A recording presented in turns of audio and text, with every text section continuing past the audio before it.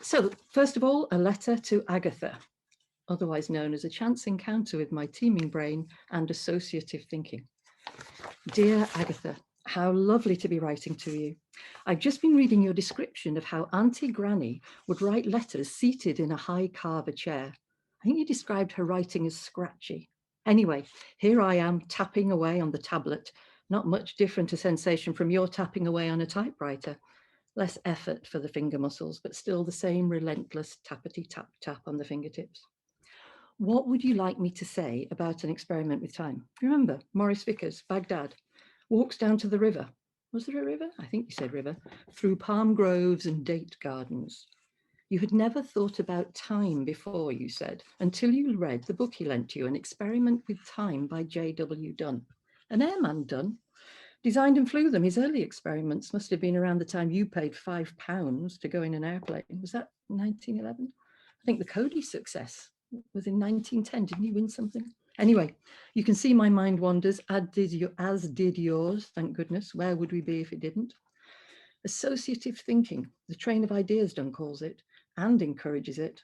I think I get it, though I can't remember my dreams for the life of me. Let's see, I did, yeah, I read the book. Let's see if I've got it.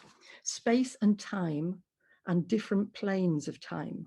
Now moves, not time. We are an observer in time one, the plane of time one, but like Russian dolls, there are layers of observers only able to wander about and observe plane two, time two, when we are asleep. I went and looked at it because I was interested in time, but you said it brought you comfort and serenity. Why was that?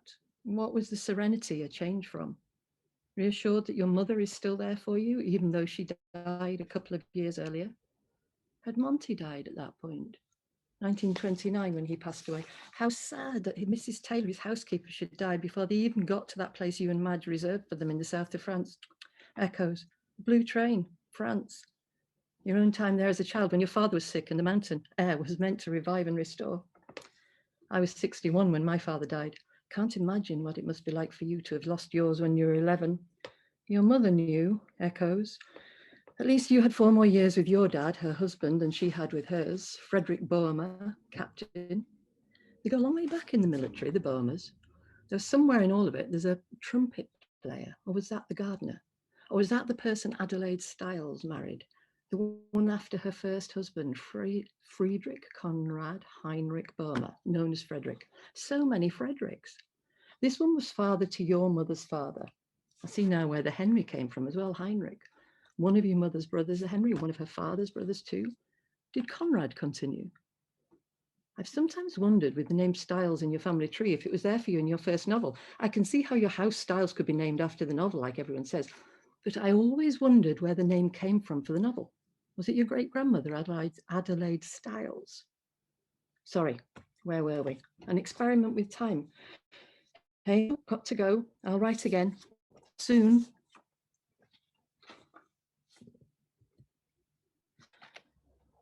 Agatha. So there we are, all of us, little Agatha Miller and big Agatha Miller and Agatha Christie and Agatha Malone, proceeding on our way. Where? No, which of course makes life exciting. I have always thought life exciting, and I still do. Matthew Pritchard. I never cease to be astounded that over 30 years since she died, interest in every aspect of Agatha Christie's life and work is still at fever pitch. To John Curran, this is in the preface to one of his books, to John's credit, always concentrated on her work, leaving to others more morbid fascination about the person behind the books. And to you listening here today, who I can't see, but I know you're there, I have to say that this and a comment you made, Jamie, in your PhD about the entity of Christie, I have not brought some material to this presentation, which I discovered because I felt it was more in the morbid fascination area, which is not my territory and shouldn't be any, well, on we go. That's a little pause. Agatha again, this is from her, these first bits are from the beginning of the preface to her autobiography, and then later there's a bit where she explains how she came across the book about time. What governs one's choice of memories? Life is like sitting in a cinema. Flick, here I am, a child eating eclairs on a birthday. Flick, 2 years have passed. Just moments. And in between long empty spaces of months or even years, where was one then? It brings home to one Peer Gynt's question, where was I, myself, the whole man, the true man? I think myself that one's memories, still Agatha, I think myself that one's memories represent those moments which, insignificant as they may seem, nevertheless represent the inner self and oneself as most really oneself. I am today the same person as that solemn little girl with pale flaxen sausage curls. The house in which the spirit dwells grows, develops instincts and tastes and emotions and intellectual capacities. But I myself, the true Agatha, am I the same? I do not know the whole Agatha. The whole Agatha, so I believe, is known only to God. Because one knows so little of it, only one's own tiny part, one is like an actor who has a few lines to say in Act 1. The telephone is out of order, madam, and then retire into obscurity. But when the curtain goes up on the day of performance, he will hear the play through, and he will be there to line up with the rest and take his call. To be part of something that one doesn't in the least understand is, I think, one of the most intriguing things about life. I like living. I have sometimes been wildly despairing, acutely miserable, racked with sorrow, but through it all, I still know quite certainly that just to be alive is a grand thing. And then I'm going to go to where later in her biography, she tells us about the book that I have now read. The Howes were friends who suggested to her Baghdad as opposed to the other trip she was going to take in the late 20s after the whole Alfie thing. Archie, sorry. One of the Howe's friends, an Anglo-Indian, Maurice Vickers, who led, I think, a rather solitary life, proved a good friend to me also. He took me to see the golden domes of Cadimane from an upper room. He led me to different parts of the souk, not those you usually see, and he drove me to the potters' quarters and many other places. We went for walks down to the river, through palm groves and date gardens. Perhaps I appreciated more what he talked about than what he showed me. It was from him that I first learned to think of time, something I had never thought of before, never impersonally, that is. But for him, time and the relationships of time were of particular significance. Once you think of time and infinity, personal things will cease to affect you in the same way. Sorrow, suffering, all the finite things of life show in an entirely different perspective. He asked me if I had ever read Donne's Experiment with Time. I had not. He lent it to me, and from that moment I realized that something had happened to me, not a change of heart, not quite a change of outlook, but somehow I saw things more in proportion, myself less large, as only one facet of a whole in a vast world with hundreds of interconnections. Every now and then one could be aware of oneself observing from some other plane of existence, oneself existing. It was all crude and amateurish to begin with, but I did feel from that moment onwards a great sensation of comfort and a truer knowledge of serenity than I had ever obtained before. It is to Maurice Vickers that I am grateful for that introduction to a wider view of life. He had a large library of books, philosophy and otherwise, and was, I think, a remarkable young man. Sometimes I wondered whether we should ever meet again, but I think on the whole I was satisfied that we should not. We had been ships that pass in the night. He had handed me a gift that I had accepted, the kind of gift I had never had before, since it was a gift from the intellect, from the mind, not just from the heart. Let's meet. This is An Experiment with Time, the actual book. So this is done. And as you've probably gathered, he's interested in dreams, in associative thinking, how our mind links things. And his main thing is that if we in sleep, we can that observer of ourselves in plane two, if you like, in time two, is able to have a look around those other areas of existence because they're not fixed with us looking at the here and now that is this place and space and time. So here, was it possible that these phenomena were not abnormal, but normal? That dreams in general, although dreams, everybody's dreams, were composed of images of past experience and images of future experience blended together in approximately equal proportions? I fancy are not so much at the mercy of their dreams as our children. They can, certainly I can, occasionally alter a situation which fails to please. But that development in comprehension and control is not likely to occur so long as we continue to spend 19 hours out of the 24 in practicing three-dimensional attention in field one here. We must live before we can attain to either intelligence or control at all. We must sleep if we are not to find ourselves at death, helplessly strange to the new conditions. The universality of sleep is a remarkable feature in nature's plan, and we must die before we can hope to advance to a broader understanding. So, who in all of this, I have a little note here, and to me, Agatha Miller, remember the four Millers, the four Agathas, little Agatha Miller grew up to be able to see other dimensions from day one. And that's why I love her to pieces. And that's why she's a model for me in my world where I play games. Invisible Friends, one of my main exercises early on with actors and people, is about invisible friends, creating one so you have a sense memory, because the actor who's working with you then goes away, but you can remember what they were doing a moment ago, so you can act as if you're there. And you then narrate your game with your invisible friend to a parent at tea time, whatever, which again allows you to step out of the intensity of the immersion, because now you are the narrator while still in the game. But anyway, that's not for today. But just to say, I've been lucky enough to be allowed to play all my life because of being in the theatre world. So I wanted to know Agatha. I bought some of her books. You know, we have reading lists. Why not let Agatha choose mine? Four Winds Farm, the book that she said she loved best, but then that she didn't like it so much later. I know why she loved it, but that's for another day. And then, of course, there is her work. Now, who am I looking at her work? I am a theatre person. So one thing that you need to know about me is the image of the reality and the reality of the image is where I'm coming from. What does that mean? It means that this is one particular form of all sorts of different things, is when something creates an image of the world, either a frozen image, an image, a painting, a talk, you know, a book, whatever, it is an image of a reality. And so we can either go back and say, what does it tell us about the reality, which lots of you are interested in? What does it tell you about Agatha? Because you want to know more about Agatha. And with me, I'm going, that is the image. What's the reality of the image? What's it doing to me? And not just to me, but what then goes off into my work.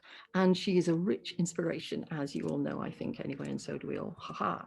All right, so her work, 1934, Murder on the Orient Express. Here's just an example of me, because I'm a drama person, so I make theatre. It might be documentary, docudrama, it might be community plays, people's testimonies, but there's always a myth written in there, or, you know, someone's called Connor, someone's called Maeve.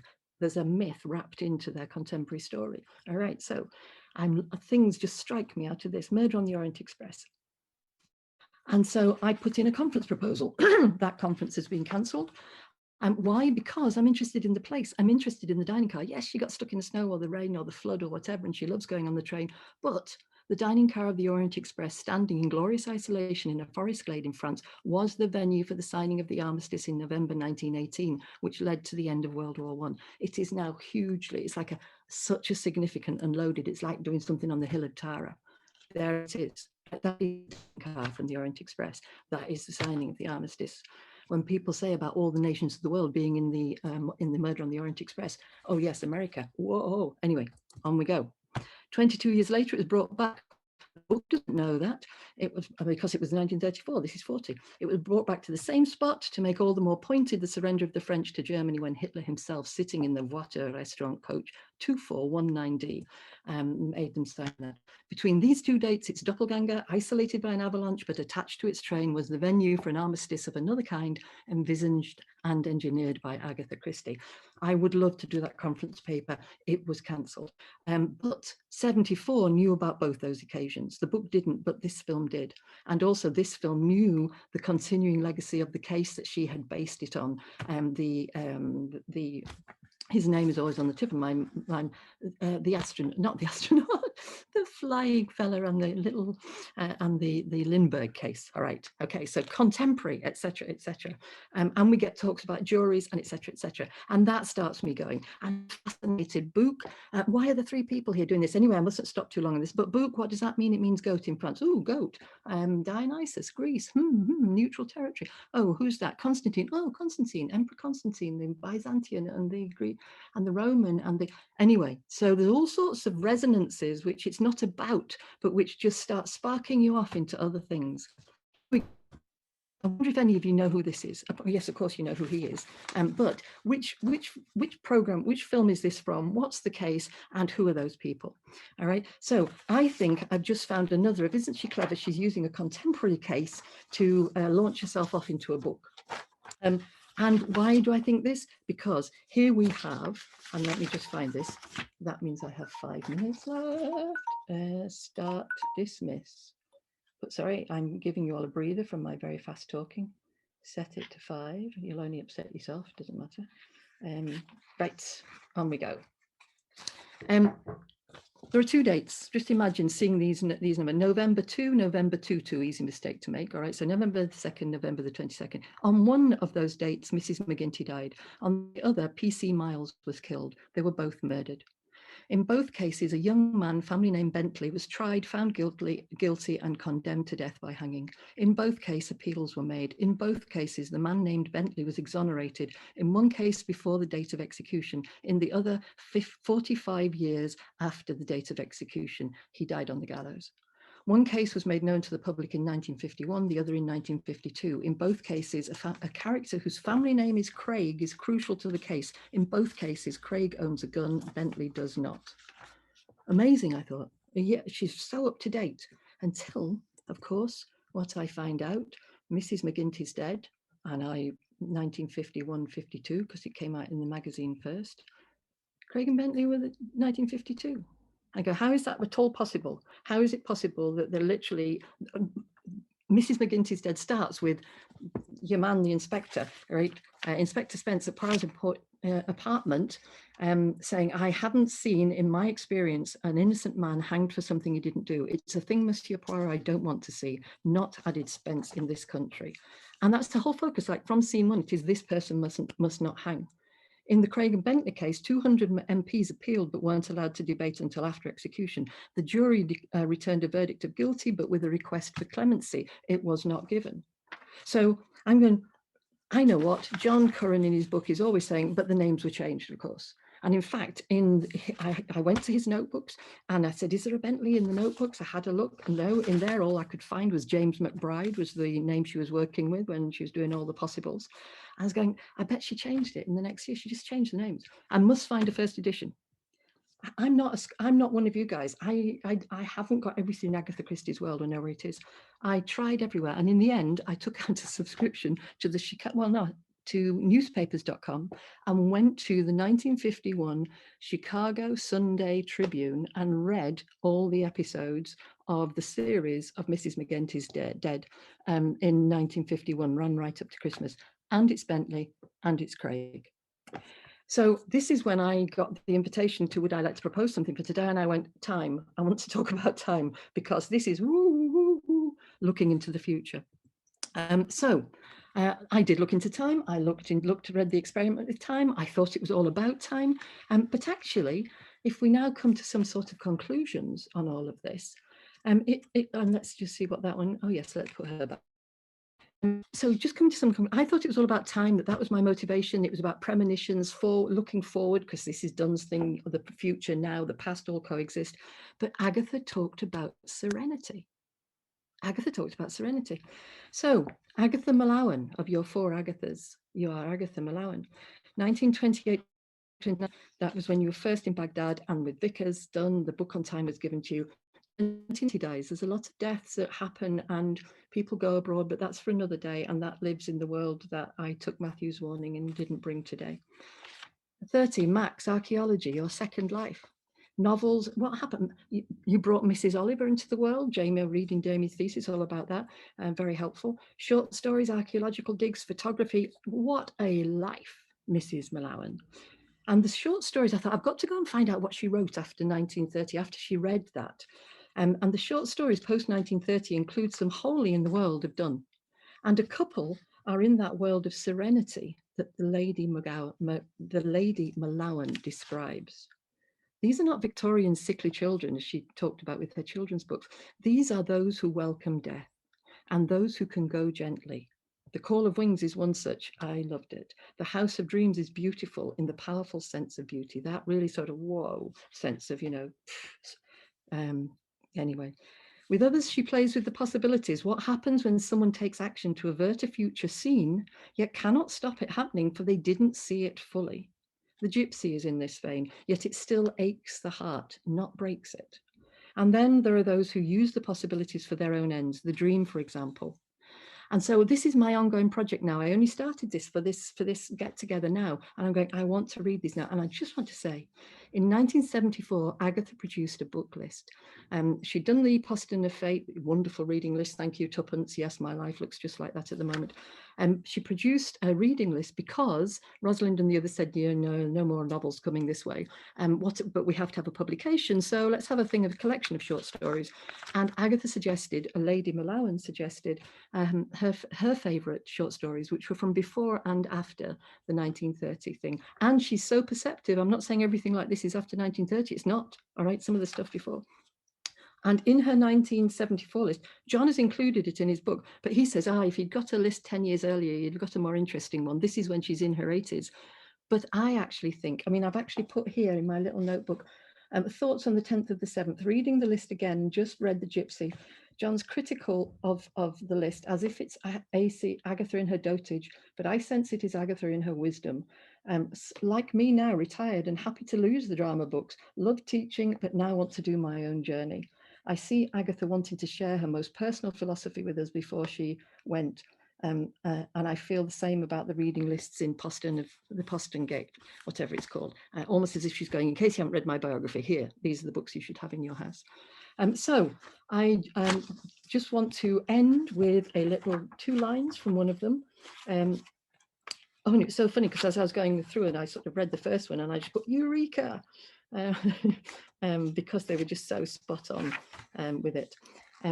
So something like this, in a glass darkly. But I wonder, are the past and future all one, till death do us part and perhaps beyond? In the Gypsy, and Jamie, you had this in your thesis, I used to wake up howling with terror. My old nurse used to say, there, Master Dickie's had one of his gypsy dreams again. Like she had, I would wake up shrieking, the gunman, Miss Agatha has had one of her gunman dreams last night, Nursey would report in her placid voice. But now this is a real done thing, and this was 1933. He felt a curious feeling of contraction, a shifting of perspective. He had been peeping through at another world. He had forgotten X, for they belonged to this life only. Again, that curious shifting of perspective, that slipping back to a world of 3 dimensions only. He opened the parlor door and suddenly, like a man awakening from a dream, a warm rush of glad reality swept over him. He was alive, alive. He thought there's only one life can be sure about, this one and the last one. And this is from The Lamp, which is so, no wonder they didn't, and I know people say no one did it. I wonder if anyone would be allowed to do it. I think this, and there's another one where I just think they are so personal, they're really precious. The Lamp, it's also, and this is 1933, it's all so impossible. The old man looked at her with his thoughtful glance. Why not, he said. Do you remember those words? What lamp has destiny to guide her little children stumbling in the dark? A blind understanding, Heaven replied. X has that, a blind understanding. All children possess it. It's only as we grow older that we lose it, that we cast it away from us. Sometimes when we are quite old, a faint gleam comes back to us, but the lamp burns brightest in childhood. Thank you.